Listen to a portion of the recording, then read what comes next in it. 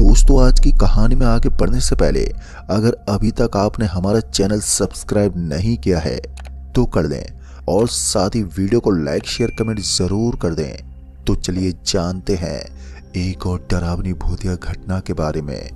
दोस्तों, शिमला की हरी भरी वादियों से कौन वाकिफ नहीं होगा। पहाड़ों में बसे हुए शिमला की खूबसूरती के लोग दीवाने होते हैं और यहाँ की खूबसूरती के चर्चे पूरे देश में हुआ करते हैं। कहते हैं जो शहर जितना ज्यादा खूबसूरत होता है उसके अंदर उतनी ही ज्यादा रहस्यमय चीजें भी मौजूद होती हैं। इसी शहर के अंदर एक ब्लैक रोज नाम का होटल भी मौजूद था जिसके किस्से इंटरनेट से लेकर पूरे शिमला में मौजूद थे। और इसी होटल के बगल में हम लोगों ने अपना बसेरा डाला था क्योंकि हमने इसके बारे में काफी पहले सुन रखा था और हमें इसकी सच्चाई पता लगानी थी। इसी के चलते हम 4 दोस्त इस होटल के अंदर चले गए जो कि हमारी जिंदगी की मानो सबसे बड़ी भूल थी। इसी होटल के अंदर हमने कुछ ऐसा देखा जिसको देखने के बाद, जिसको महसूस करने के बाद हमने डर का असली मतलब जाना और यहीं पर हमने अपने एक दोस्त को भी गवा दिया। तो चलिए दोस्तों जानते हैं कि आखिर क्या है पूरा मामला बिना किसी देरी के। दोस्तों, हम 4 दोस्त दिल्ली से शिमला के लिए निकल गए जिनमें से थी एक पायल, विकास और रिया। और पायल मुझे बहुत ही अच्छी लगती थी और वो मेरी क्रश भी थी और पायल ये बात भी जानती थी, लेकिन मैंने इसको लेकर अभी पायल को कुछ साफ साफ नहीं बोला था। हम लोग बाय रोड दिल्ली से शिमला आ गए थे और हमने ब्लैक रोज होटल, जो कि काफी समय से बंद पड़ा हुआ था, उसके बगल में एक होटल मौजूद था। उसी होटल में हमने रेंट पर कमरा ले लिया था क्योंकि हम पूरी प्लानिंग के साथ आए थे और हमें ब्लैक रोज के अंदर की सारी जानकारियां निकालनी थी। इसके बारे में जो भी अफवाह या सच्चाई इंटरनेट पर और यहाँ पर फैली हुई थी, इसके बारे में हमें जानना था। इसके लिए हम लोग खास करके शिमला घूमने आए थे। दोस्तों, आपकी जानकारी के लिए ये भी बताते चलें कि पायल और रिया को हम दोनों ने इसके बारे में बिल्कुल भी भनक नहीं होने दी थी क्योंकि उसको मालूम चलता तो वो कभी आने के लिए तैयार ही नहीं होती। अब रात का समय हो गया था और हम लोग भी खाना वाना करके अपने घर से बाहर की तरफ निकले। तभी मैंने प्रिया और पायल को ब्लैक रोज होटल को दिखाया जो कि बिल्कुल खंडर की तरफ पड़ा हुआ था। वहां पर लाइट बुझी हुई थी और दूर दूर तक उसके कोई भी इंसान दिखाई नहीं दे रहा था। उसको दिखाते हुए मैंने प्रिया और पायल को मना लिया और हम चारों उस होटल के अंदर की तरफ जाने के लिए मान गए। इस काम में मेरी मदद मेरे दोस्त विकास ने भी करी थी। और जैसे हम लोग होटल के बाहर आए तो हमने देखा कि यहाँ पर एक भयानक माहौल था। एक तो कहीं भी लाइट दिखाई नहीं दे रही थी और दूसरी चीज अभी रात के 8 ही बजे थे लेकिन यहाँ पर कोई भी दिखाई नहीं दे रहा था। हम जैसे ब्लैक रोज होटल के दरवाजे पर पहुंचे तो हमने पाया कि दरवाजा अंदर से बंद है। हमने उसको जोर लगाकर खोलने की भी कोशिश की लेकिन दरवाजा खुलने का नाम ही नहीं ले रहा था और हम सब ये समझ गए थे कि हमारा अंदर जा पाना बहुत ही मुश्किल होगा। और जैसे ही पलट के हम वापस अपनी होटल की तरफ जा ही रहे थे कि तभी ऐसी आवाज आई जैसे दरवाजा खुल गया हो। और फिर तभी एक आवाज और आई। दोस्तों, ये आवाज ऐसी थी मानो घर के अंदर रखी हुई कोई चीज गिरी हो जिसकी आवाज हमें सुनाई दी थी। और जैसे ये आवाज हमारे कानों में गूंजी वैसे ही हम चारों ने पीछे की तरफ घूम कर देखा तो हमने पाया कि दरवाजा हल्का सा खुल चुका था। अब इस चीज को देखकर हम चारों ने एक दूसरे का चेहरा देखा और इस चीज से हमें यह भी पता चल गया था कि अंदर शायद कोई तो मौजूद है और हमने अंदर जाने का निर्णय लिया। हम दोनों आगे की तरफ चल रहे थे लेकिन प्रिया और पायल काफी ज्यादा डरी हुई थी और वो हमें अंदर जाने से रोक रही थी। अब हम ब्लैक रोज होटल के अंदर घुस चुके थे पर जैसे हमने अंदर की तरफ एंट्री की कि एक ठंडी हवा का झोंका हमें महसूस हुआ। अंदर की तरफ बिल्कुल अंधेरा था तो हमने अपनी जेब में मोबाइल की फ्लैशलाइट जला ली और जलाकर देखने की कोशिश करने लगे। हमें दिखाई दिया कि वहां पर दीवारों पर बड़ी बड़ी तस्वीर टंगी हुई थी। हम अंदर की तरफ बढ़ने लगे पर अंदर की तरफ हमें कुछ भी दिखाई नहीं दिया। वहां पर सिर्फ सीढ़ियां ही दिखाई दे रही थी जिससे ऊपर का रास्ता जाता था। शायद वहां पर कमरे बने हुए थे जो कि हमें यहाँ से साफ साफ दिखाई नहीं दे रहे थे। इसलिए हम चारों ने ऊपर जाने का फैसला किया।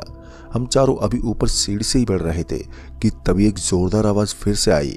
हम सब ने दरवाजे की तरफ जल्दी से अपनी गर्दन घुमाई तो हमने पाया कि बाहर जाने का जो दरवाजा था वो अपने आप ही अचानक से बंद हो गया है और जैसे ही ऐसा हुआ, पायल और प्रिया तो बुरी तरह से डर ही गई थी। मैंने उनको समझाने की बहुत कोशिश की कि ऐसा हवा की वजह से हुआ होगा, लेकिन वो दोनों मेरी बात बिल्कुल मानने को तैयार ही नहीं थी। प्रिया और पायल एक दूसरे का हाथ पकड़कर उस दरवाजे की तरफ बढ़ने लगे। हमने उसे बहुत रोकने की कोशिश की, लेकिन हम दोनों की बात वो दोनों सुन ही नहीं रही थी। इसलिए उनके पीछे पीछे हम लोग भी उस दरवाजे की तरफ बढ़ने लगे। प्रिया और पायल अब उस दरवाजे को खोलने की कोशिश कर रहे थे, लेकिन उनके कोशिश करने के बाद भी वो दरवाजा नहीं खुल रहा था, जिसके चलते हुए वो दोनों और भी ज्यादा डर गए थे। डर तो मुझे और विकास को भी काफी ज्यादा लग रहा था, लेकिन हम दोनों अपने डर पर अभी काबू रखे थे। लेकिन तभी मुझे महसूस हुआ जैसे मेरे पैर पर कोई चीज आकर टकरा गई हो, और जैसे वो चीज मेरे पैर पर टकराई, मैंने एक जोरदार चीख लगाई और ये चीख पूरे होटल में ऐसे गूंजी मानो किसी ने लाउड स्पीकर में चिल्लाया हो। पर हाँ, मेरी ये चीख सुनकर मेरे साथ मौजूद वहां पर मेरे तीनों साथी भी काफी ज्यादा डर गए थे। सभी ने जल्दी से अपने मोबाइल की फ्लैशलाइट मेरे पैरों की तरफ डाली, तो मैंने देखा कि वहां पर एक बिल्ली थी जो कि मेरे पैरों से आकर सट गई थी। जब मैंने जाना कि वो सिर्फ एक बिल्ली थी, तब जाकर मेरी जान में जान आई, और वहां पर मौजूद लोगों के डर भी अब खत्म हो गए थे। अभी हम सब मिलकर उस बाहर वाले दरवाजे को खोलने की कोशिश ही कर रहे थे, जिससे हम बाहर की तरफ जा सकते थे। लेकिन हमारी कोशिश करने के बावजूद वो दरवाजा नहीं खुल रहा था, और यही वजह थी कि वो तीनों लोग भी काफी ज्यादा डर गए थे, और मैं भी। पर मैंने उन्हें समझाने की बहुत कोशिश की, और फिर मैंने बोला कि मानते हैं दरवाजा पुराना होने की वजह से जाम हो गया होगा, लेकिन ऊपर खिड़कियां मौजूद होंगी जिसके माध्यम से हम कूद कर नीचे की तरफ जा सकते हैं। दोस्तों, मेरी ये बात सुनकर वो तीनों भी इस बात पर राजी हो गए और मेरे साथ ऊपर जाने का फैसला कर लिया था, जिससे हम कोई कमरे में जाते और वहां पर खिड़की ढूंढते और खिड़की से कूद के इस जगह से बाहर निकल सकते थे। और हमने ठीक ऐसा ही किया। हम जैसे ऊपर पहुंचे तो हमें एक दरवाजा दिखाई दिया, लेकिन इसके ऊपर बाहर से ताला बंद था। हम आगे की तरफ गए, लेकिन इसका कोई भी फायदा नहीं हुआ। ऊपर की तरफ कई कमरे मौजूद थे, लेकिन सब कमरे में ताला लगा हुआ था। अब इस ताले को तोड़ने के लिए हमें कोई भारी चीज चाहिए थी, जिससे हम इस ताले को तोड़ पाए। इसलिए हम सब मिलकर एक भारी चीज की तलाश करने लगे। हम सब अलग अलग दिशा में चले गए थे, जिससे हमें भारी चीज जल्दी मिल सके। अभी हम सब इधर उधर गए हुए थे कि तभी कुछ देर के अंदर रिया की एक जोरदार चीख निकली। उसकी चीख सुनकर तो मानो हम तीनों भी उसकी तरफ भाग कर गए, और हमने देखा कि वहां पर एक कंकाल पड़ा हुआ था। ये कंकाल केवल सर था, जो कि काफी पुराना लग रहा था। इसी को देखकर रिया भयानक तरीके से चिल्लाई थी, और इस चीज को देखकर पायल भी काफी ज्यादा डर गई थी। फिर मैंने और विकास ने एक दूसरे का चेहरा देखा, और हम ये अच्छे से समझ गए थे कि हम बहुत ही बुरी मुसीबत में अब फंस चुके हैं। अब हमें यकीन हो गया था कि जो भी उन वेबसाइट और लोगों में बात फैली हुई थी, वो बात बिल्कुल सही थी कि जो भी इस हवेली के अंदर आता है कभी बचकर बाहर नहीं जा पाता। अच्छा हुआ इस बात की जानकारी रिया और पायल को बिल्कुल नहीं थी, नहीं तो हमारी जान जाने से पहले ही वो हम दोनों को मिलकर मार दे दी। तभी पायल ने रिया को संभाला। उतनी देर में हम दोनों ने एक भारी और मजबूत चीज ढूंढ निकाली थी। वो असल में एक ईंट थी, जो कि इस होटल की टूटकर अंदर की तरफ गिरी थी। हमने उस ईंट का सहारा लेकर वहां पर जो पहला कमरा मौजूद था उसका ताला तोड़ दिया, और हमें ऐसा करने में ज्यादा दिक्कत का सामना नहीं करना पड़ा, क्योंकि ताला काफी पुराना था, जिसके चलते 3 बार ईंट मारने से ही वो ताला टूट गया। तभी हमने दरवाजा खोला और अंदर की तरफ देखा तो अंदर कमरे में मकड़ी का जाला मौजूद था। ये जाला इतना ज्यादा था कि हम अंदर की तरफ बढ़ भी नहीं सकते थे। इसी के चलते हुए हमने हाथों से उस जाले को हटाया, और फिर हम अंदर की तरफ बढ़ गए। पर हम जैसे ही अंदर गए तो हमने पाया कि कमरे में कुछ बैग पड़े हुए थे। हम चारों ही उस बैग के पास पहुंचे तो हमने देखा कि उस बैग में लोगों के कपड़े मौजूद हैं, और इसको देखकर ऐसा लग रहा था कि इस होटल में जो लोग रहने आए थे, ये बैग उन्हीं का था। अभी हम कमरे के अंदर इधर उधर सब देख ही रहे थे कि तभी हमें एहसास हुआ जैसे नीचे वाले फ्लोर पर कोई मौजूद है। उसके चलने की आवाज हमारी कानों तक साफ आ रही थी।